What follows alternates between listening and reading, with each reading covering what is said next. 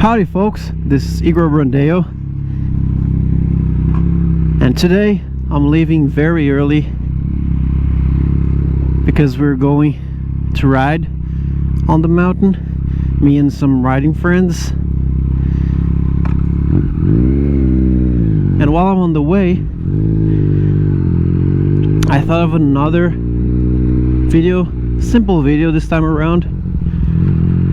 So today I bring 3 of the most important things that, in my opinion, you should never do if you have any kind of affection to your motorcycle. I mean, there are many things you can do wrong, but these 3 have the most priority to be avoided on my book. So yeah, sorry if I sound a little bit sleepy. Woke up 5 a.m. and now it's 6. The sun is dawning right now. I don't know if that's a proper word, dawning. But yeah, we have dawn in a couple of minutes. And yeah, I know that 5 a.m. is the norm for many of you out there, but not for me. Normally I wake up at 7 and at weekends on 8 a.m. So 5 is a little bit too early for me. There goes a Super Duke.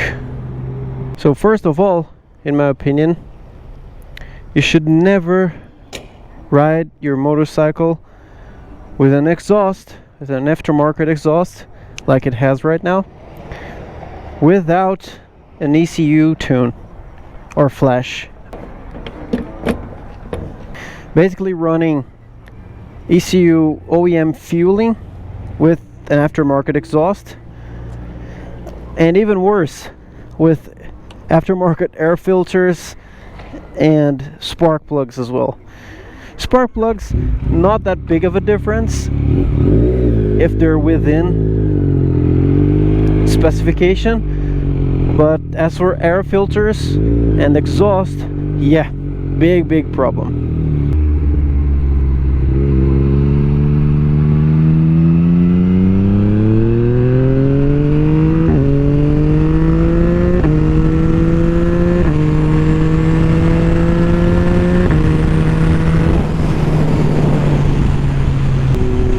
I am planning to make an exclusive video talking about ECU fueling versus piggyback tune, because there are some very important differences between them, and there's a very obvious choice as well, but that's a subject for another video. But on this one, I just wanted to state that this is a very bad thing for your engine, because, put it simply, from factory, motorcycles don't run 100% properly by the book, and that's because of most modern emission regulations. So there's this magic perfect air fuel mixture that engines should run on, and if manufacturers tuned their bikes to do so, they would run the happiest and the strongest, but they will also not be complying with emission regulations. Even with the most advanced catalytic converter systems, they would not be able to comply with those regulations. So that's why they run a little bit lean instead of the optimal mixture. And when you slap on an exhaust and run for, like, let's say 6 months, 6 months not a super big deal, but for a year or more on that super lean situation, then you're likely to face problems. Not that your bike will like break down or leave you stranded or not start up. It's not that. It's just that you'll you're incurring a much more accelerated rate of wear of the internal components, and that will reduce your overall power output very soon, much sooner than with normal wear and tear, right? Not that I'm a specialist on this, but I have researched and learned a lot on this subject over the years. So when you put an air filter or an exhaust, you're ramping up how much air your engine is intaking and exhausting from the combustion cycles, but you're not changing the fuel part of it. Remember, it's an air fuel mixture, so both have to be in equilibrium. Adding those air filters and exhausts, you're ramping up the air, and by not changing the ECU programming, you're not changing the fuel part. So that's why you'll have a very unhappy engine. And if you run it on that state for a prolonged period of time, then yeah, you'll have problems. And then you may say, well, have you done that to your bike? And I say, no, unfortunately I didn't. Well, then why are you saying this to us and not doing it yourself? Well, let me explain it to you. Unfortunately, this is a very new bike out in the market, and people haven't managed to crack its ECU yet, so they can't tune. And yeah, by the book, I should wait with the stock setup until they can manage to crack that, so I can change it altogether.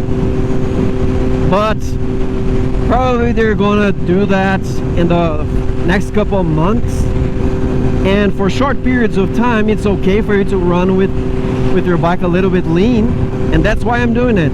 I just can't stand the OEM sound, and that's why I took the compromise of running it a few months unoptimally.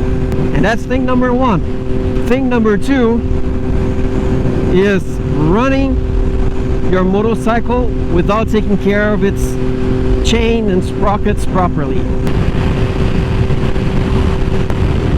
There isn't really a specific interval that you should be doing this, but as long as you don't forget about it completely, you should be fine. And also, please, and that's the most important part, use the proper products and methods to take care of it, because by doing it incorrectly, you can also ruin your chain and final transmission set very quickly. So my rule of thumb is, whenever I run about 400 or 500 miles on the dry like this, or every time I get rain, I stop the bike to do that. And there's great products on the market that simplify your job a lot. They're just basically spray cans where you spray the cleaner, it cleans it all up for you, and then you spray the lubricant. So just two cans, the cleaner and the lubricant. And also, you shouldn't let any water stand still on it without proper anti-oxidizing materials, otherwise it will rust very quickly as well. So rainwater will rust it very quickly. Even like water from your home, if your water is harsh, if you have hard water like we do here in Arizona, if you let that water dry out on the chain, it will rust it a little bit, which is very annoying. So that's why you have to keep on top of it even when cleaning. So yeah, as long as you don't neglect it completely, you should be fine, because chains are meant to last for the life of the bike, especially if you don't commute it that often. It's not a super biggie as well if you do neglect it, because you can just swap it altogether and it won't hurt your engine all that much. But it's just one of those things that when a biker realizes that the chain is either super dirty, rusty, or with excess slack, they just know that that rider isn't all that attached to his bike. or her bike. And that is thing number 2.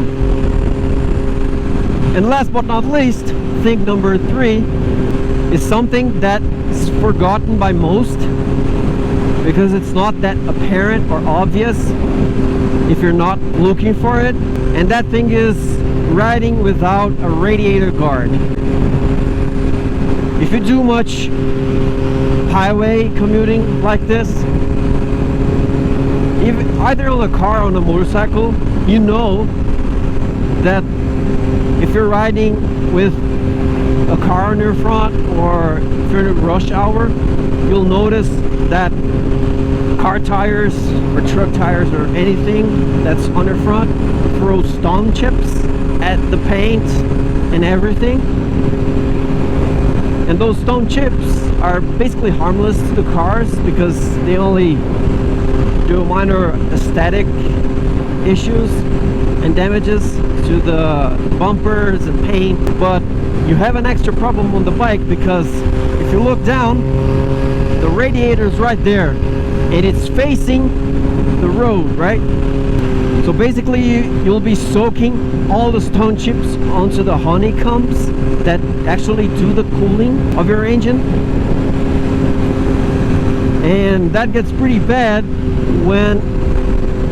if you get unlucky, right, to have a bigger object thrown at you. So let's say there's a random wrench on the road. It can be a small one, doesn't have to be a big one to make big damage. So if you get that unlucky and a car like that Dodge right there goes over it and throws it at you, and it manages to go right into your radiator, then you have a ruined radiator, which will almost 100% leave you stranded and be a very expensive bill to repair.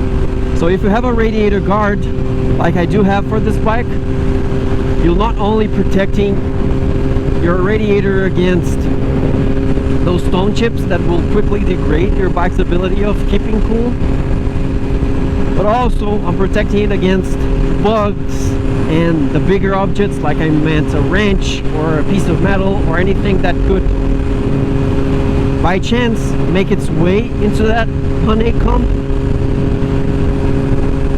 and really ruin your day. So there you have it.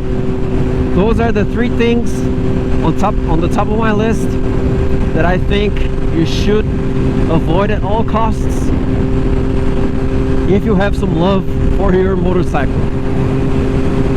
Please let me know down in the comments if you already knew any of these tips, or if they did indeed help you to be a more aware motorcyclist. Please consider dropping a like if you liked the video. Subscribe for more content like this. And there it is. Catch you next time.